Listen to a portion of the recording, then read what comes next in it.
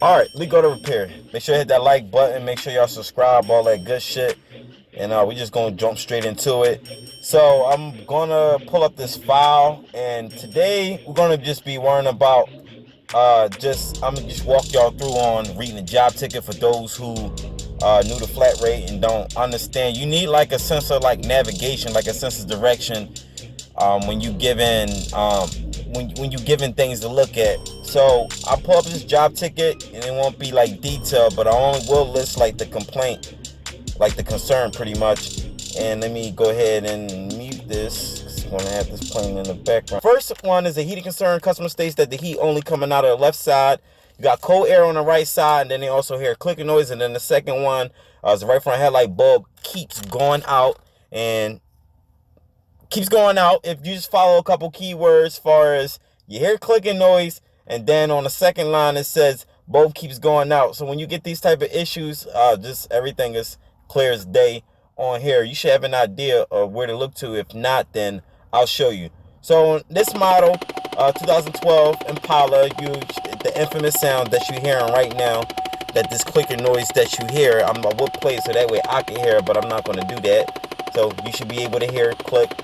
And this one I was able to get it with my my fancy camera, and I got my microphone on it too, so it's kind of might be a little loud. So here is where it's located, behind the glove box. It is called the air door, mixed door. I call it a blend door actuator, because this one controls the temperature on this side. So you have two of them, one on the driver's side, one on the left side. So the one for the passenger side is clicking.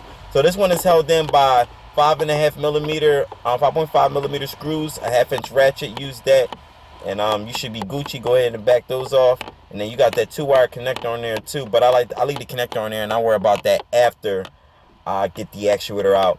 And how these fail is, I'll probably put up a link to one of my videos that they're pretty good on talking about actuators, but it's on the GMC Acadia.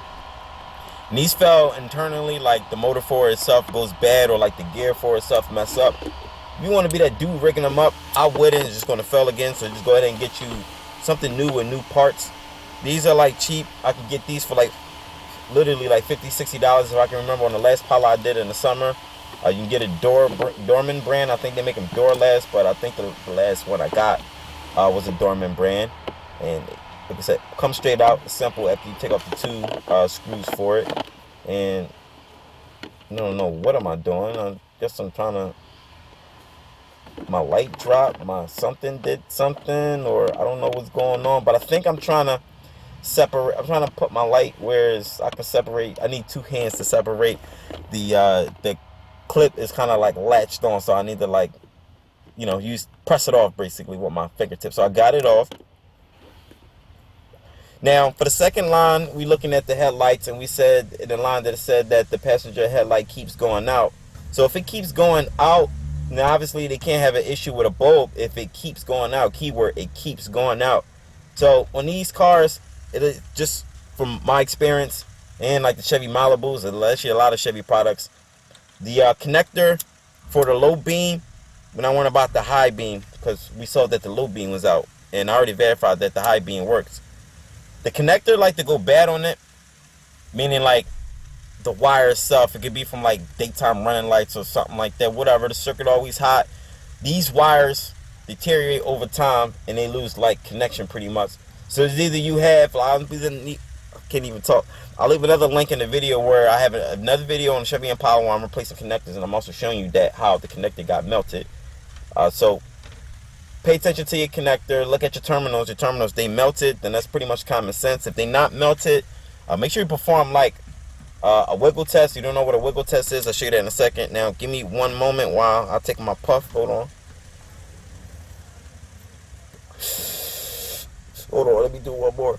Oh, this cap that keeps it's like a cap cover for the low beam bulb. Somebody glued it in with RTV seal it, so you can see as I separate it, start to peel away a little bit. So I had to use some of those pliers to pull them off. And again. And same money all over again. I didn't talk about how to get the headlight assembly out. It's just a 7 millimeter bolt, 7 or 8, I believe it was 7 millimeters, and then I got like a little pulling, like a tab or something that you pull out, and then it just comes out. So you do two things. Now I'm doing a wiggle test. Sorry for blinding you. I'm doing a wiggle test. And I don't know if you already saw, but the light was going out when I was doing a wiggle test. And I don't know, I'm walking over to my Mazda engine. I'm in the middle of that. I wish I could have had filmed that, but that's a whole nother story. Replacing valves and all that good stuff, and I already did that. I'm looking inside for like, it's like a little, like little windings inside of it, like a little spiral, like a little filament or something like that. Just look inside of your low beam bolt, make sure they ain't separated. If they separated, then you know you're gonna need a new bolt. But that one looked like the bolt was already replaced, and on the ticket it did say it keeps on blowing out, so I expected them to at some point replace it. So I'm inspecting the connector. I'm seeing, like I said, I'm checking to see if it's melted, anything obvious that will like give me a short. Check the backside of the connector, the backside of the pin. Look at your wire, look at the color of your wire, follow your wire. There is another harness inside of that housing itself, but mainly that connector itself is the main part that literally go bad. So just double checking before I go ahead and let the service advisor know that what parts is needed. And yeah, it's just simple, and the video is pretty much almost done. So this is how I handle it. Simple jobs. I know y'all like, where's the harder stuff at, but we got to get through the simple stuff for the little guys first. And now I'm trying to work my way in videos I didn't do. I'm trying to knock them out. And then diagnostic videos, those are coming. So just whenever the jobs are coming in, and keep in mind we are around the holidays, so even everybody and their grandma in the dealership, y'all gonna be experiencing slow times, or it's gonna be the same type of jobs coming in all the time. Like literally 2-3 weeks ago, I was banging out transmissions left and right, and now I kind of like juiced them all up. There ain't no more, so I gotta like wait for them to come back in after the holidays. Everybody come in a flood. That's just how it works. So I'm Leekautorepair. Make sure you guys hit the like button. Make sure you guys subscribe. All that good shit. I will be putting more these type of job tickets on there with different type of scenarios, different type of complaints, and show you what to look for. So if you are a newcomer, new member, you need questions on what to do, how to read your ROs, and you need guidance, we're going to be knocking out these type of videos all the time. So I'm out.